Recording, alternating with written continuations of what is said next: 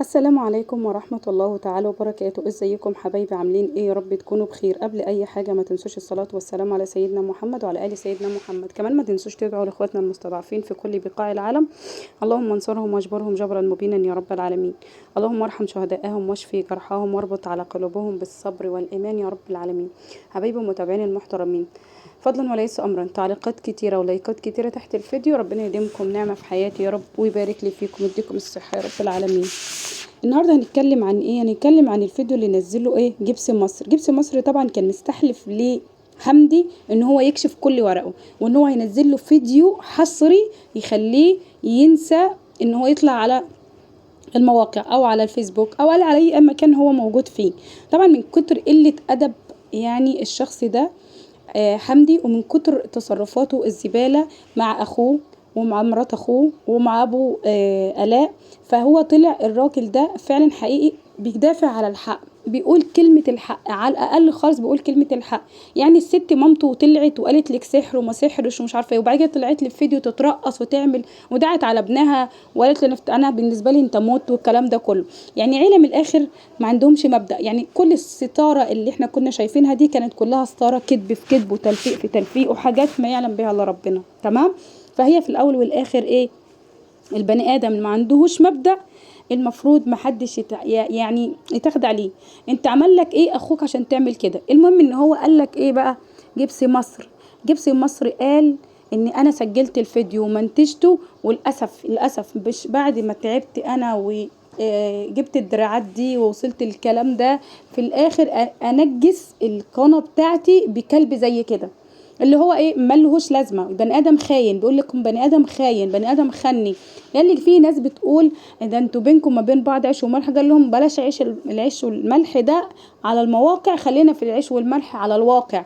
لكن هو بني ادم خني، وبني ادم خد تفكيره وخد فكرتي وخد كل حاجه.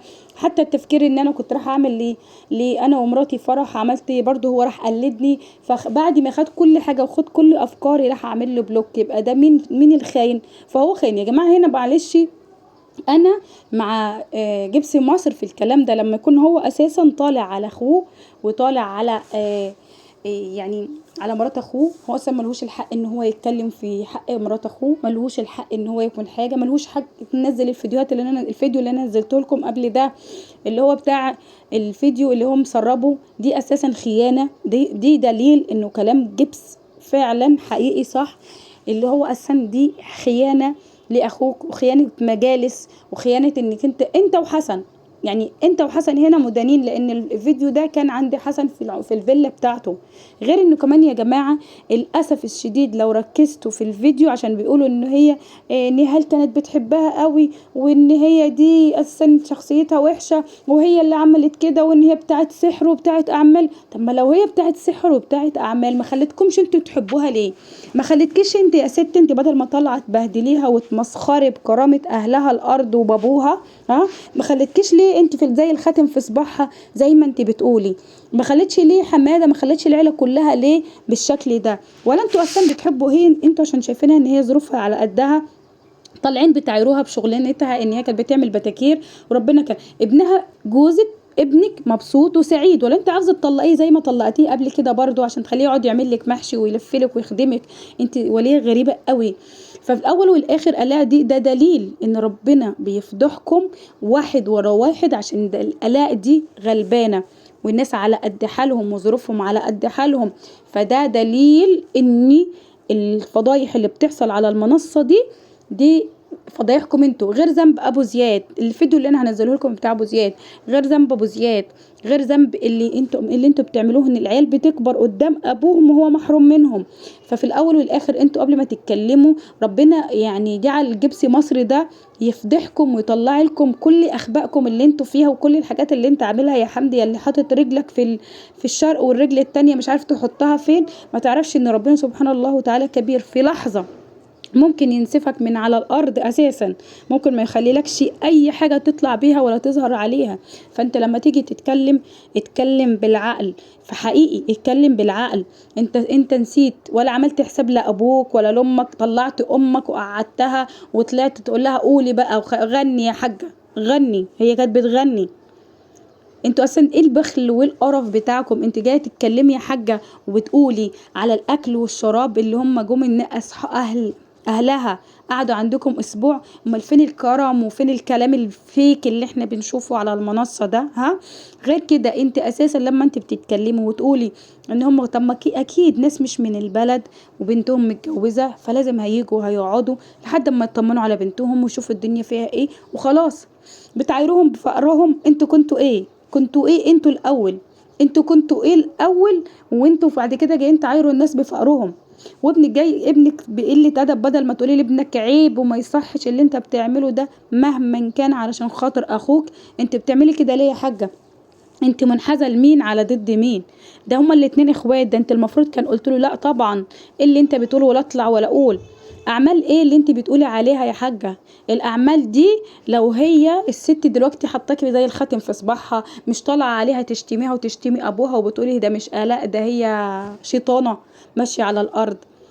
فده حق الاء اللي بيرجع دلوقتي منكم، ان كنتوا بتقعوا واحد ورا واحد، الاء وابو زياد. ده حقكم، ده حقه اللي انتوا نهبتوهم منهم. ولحد الآن انت هتموت علشان ابنك مبسوط وسعيد مع مراته. انا ما شفتش حاجة زي كده وما شفتش ناس بالشكل ده. بجد الناس دي ما عندهاش قلب، ما عندهاش ضمير، بايعة ضميرها وبايعة قلبها وبايعة كل حاجة. حقيقة حقيقة يعني مش هكذب عليكم. الواحد الفيديوهات اللي هي ما يشوفها انا شايفة ان الناس دي ما عندهاش مبدأ. وشايفة على فكرة يا حمدي، انت كنت فاكر نفسك هتطلع الواو والناس كلها بقى هتطلع وتسقف لك وتبقى انت بقى الحلو وانت كويس، وانت بالعكس العداد بتاعك بدل ما كنا بنشوفه بيزيد، العداد بتاعك دلوقتي بينزل. العداد بايه؟ بينزل. ومشاهداتك اللي كانت بتزيد وبتاع الاسبوع وبتاع معرفش ايه، روح شوف المشاهدات بتاعتك بقت عامله ازاي، عشان انت اتكشفت على حقيقتك. على رأي جبس مصر، انك انت فعلا حقيقي اتكشفت على حقيقتك. وقال لك في فرق كبير بيني ما بينك، انا اسمي جبس مصر لكن انت اسمك حمد ووفاء. ففي الاول والاخر قال لك انك انت واحد خاين، وان انا بعد ما عملت الفيديو ومنتجته وكملت كل حاجة انا ما نزلتوش عشان قناتي ما تتنجسش. وانا مستعد الناس كلها تاخد الفيديوهات وتنزلها، مفيش مشكلة. انا كده كده اصلا مش شغال على المنصة ليا 5 سنين مش شغال عليها علشان وفاة اخويا، ربنا يرحمه ويغفر له ويسامحه يا رب. وربنا يرحم اموات المسلمين اجمعين يا رب العالمين، ويرحم ابي يا رب العالمين. فانت جاي تتكلم في ايه؟ في الاول والاخر قالك لكن انتوا مفيش تاني يوم تالت يوم كنتوا طالعين تترقصوا واختكم ميتة، لدرجة ان احنا شكينا ان اختكم اساسا ما ماتتش، وانتوا كنتوا متبليين وكنتوا بتقولوا الكلام ده وخلاص. فانت دلوقتي جاي تتكلم على ايه؟ انت ما تتكلمش. فالمهم قالك ان انا كمان مش هنزل حاجة زي كده على اليوتيوب، انا ممكن انزله لكم ستوري على الانستا، ممكن انزله لكم في على تيك توك، ممكن انزله لكم، لكن على اليوتيوب انا تعبت علشان خاطر اوصل للدراعات دي. وكان وقتها الدنيا ما كانتش سهلة زي كده، كانت صعبة جدا عشان اوصل للمرحلة دي. اكيد مش هنزلهم علشان واحد هلس ملهوش لازمة واضيع شغلي كله وتعبي كله السنين دي في لحظة. لكن انا قعدت فكرت كتير وخدت قرار ان انا مش هنزل حاجة زي كده. وكده كده انا عارف ان اغلبية القنوات بيجيبوا حق عمي رزق او الراجل الطيب ده من عينيه. وقال له روح لم بدل ما انت بتطلع اخواتك وتطلع ابوك وتطلع امك على الراجل ده، روح دور على نفسك الاول وشوف نفسك. انت بدأت تقع اساسا، انت مش بدأت، انت بدأت تقع مش بتقف على رجليك، وانت اللي حفرت الحفرة بنفسك، وانت اللي دفنت نفسك بيها بايديك حقيقي. انت اساسا انا مش شايفة الحوار كله ده محتاج لكل اللي حصل كل ده.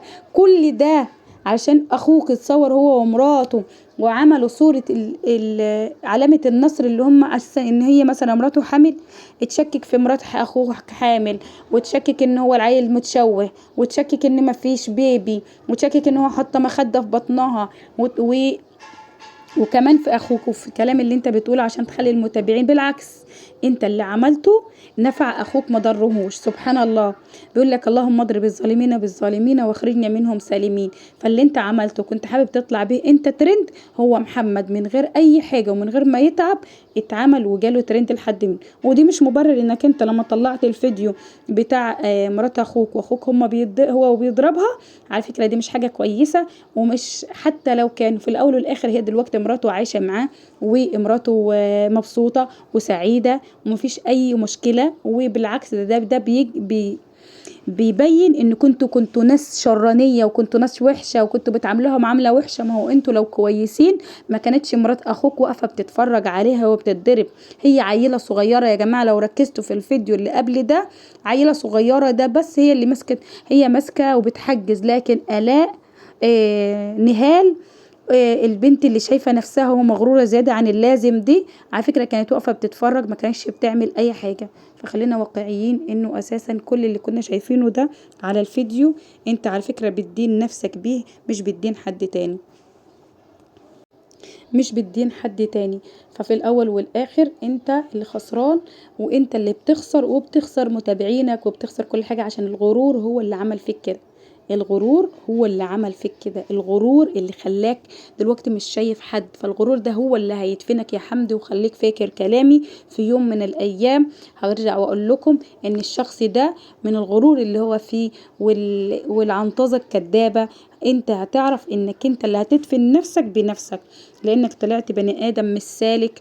غير انك انت مقوم على ابنها والاب طالع يقول ابني مات زي ام زياد ما ماتت. انا ما اعرفش ازاي الناس دي جيلهم قلبهم ويقولوا الكلام ده. مشاهدات ايه وقنوات ايه، وكل اللي حاصر الست ان هو محمد طير القناه وكان فيها ما اعرفش كام مليون.